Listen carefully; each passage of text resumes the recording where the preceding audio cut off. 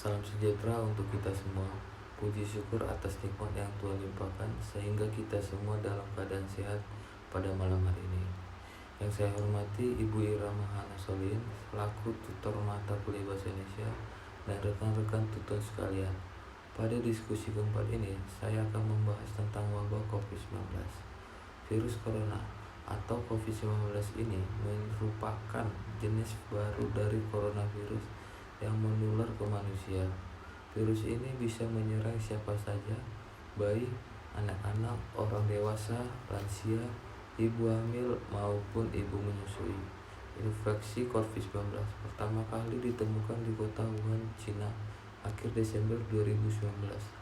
Virus ini menular dengan cepat dan menyebar ke wilayah lain di Cina dan sebagian besar negara di dunia ini, termasuk Indonesia.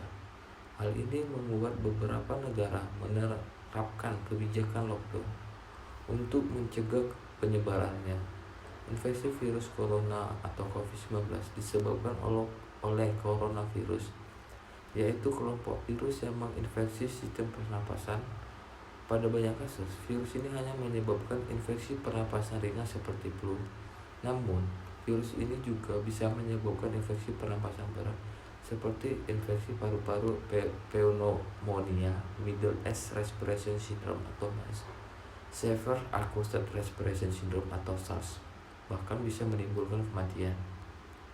Ada dugaan virus corona awalnya ditularkan dari hewan ke manusia, tapi kemudian diketahui bahwa virus corona juga menular dari manusia ke manusia. Seseorang bisa tertular COVID-19 melalui berbagai cara, di antaranya tidak sengaja menghirup percikan udara yang keluar saat penderita COVID-19 batuk atau bersin, memegang mulut, hidung, atau mata tanpa mencuci tangan terlebih dahulu setelah menyentuh benda yang terkena cipratan ludah penderita COVID-19. Kontak jarak dekat dengan penderita COVID-19, misalnya bersentuhan atau berjabat tangan. Virus COVID-19 dapat menginfeksi siapa saja. Efeknya akan lebih berbahaya, bahkan fatal, jika terjadi pada lanjut usia, ibu hamil, atau orang yang memiliki penyakit tertentu, perokok, atau orang yang daya tahan tubuhnya lemah. Gejala coronavirus bervariasi, mulai dari flu biasa hingga gangguan pernapasan berat, menyerupai pneumonia. Gejala corona yang belum dialami mereka yang mengalami infeksi virus corona adalah 1. Demam tinggi sertai menggigil, 2. Batuk kering, pilek, hidung berair dan bersin-bersin, nyeri tenggorokan, dan terakhir sesak napas. Gejala virus corona tersebut dapat bertambah parah serta cepat dan menyebabkan gagal napas hingga kematian.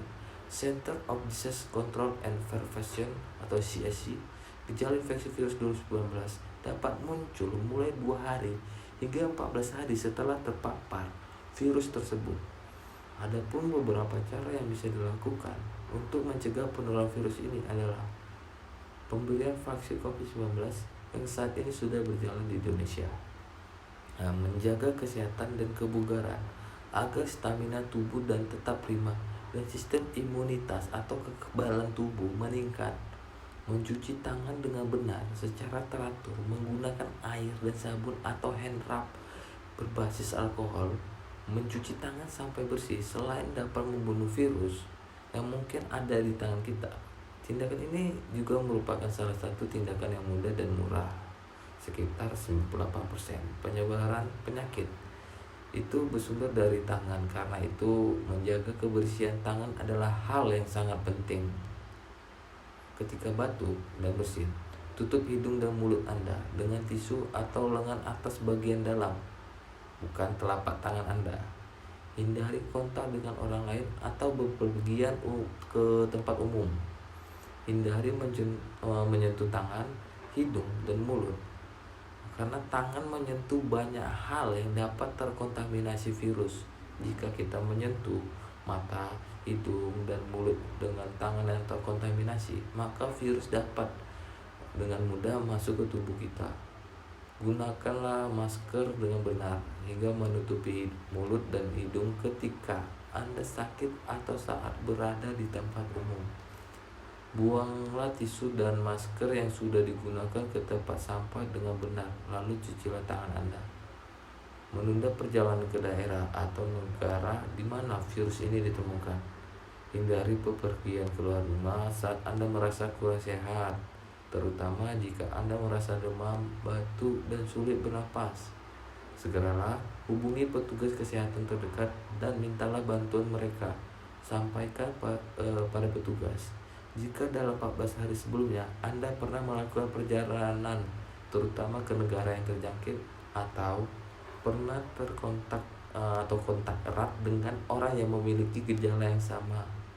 Kemudian ikutilah arahan dari petugas kesehatan setempat. Selalu pantau perkembangan penyakit COVID-19 dari sumber resmi dan akurat. Ikuti arahan dan informasi dari petugas kesehatan dan dinas kesehatan setempat. Informasi dari sumber yang tepat dapat membantu Anda, melindungi Anda dari penularan dan penyebaran penyakit ini. Demikian kiranya yang bisa saya sampaikan. Lebihnya saya mohon maaf jika ada salah kata yang terucap. Dari atas perhatiannya saya ucapkan terima kasih yang sebesar-besarnya. Akhir kata saya ucapkan selamat malam, terima kasih.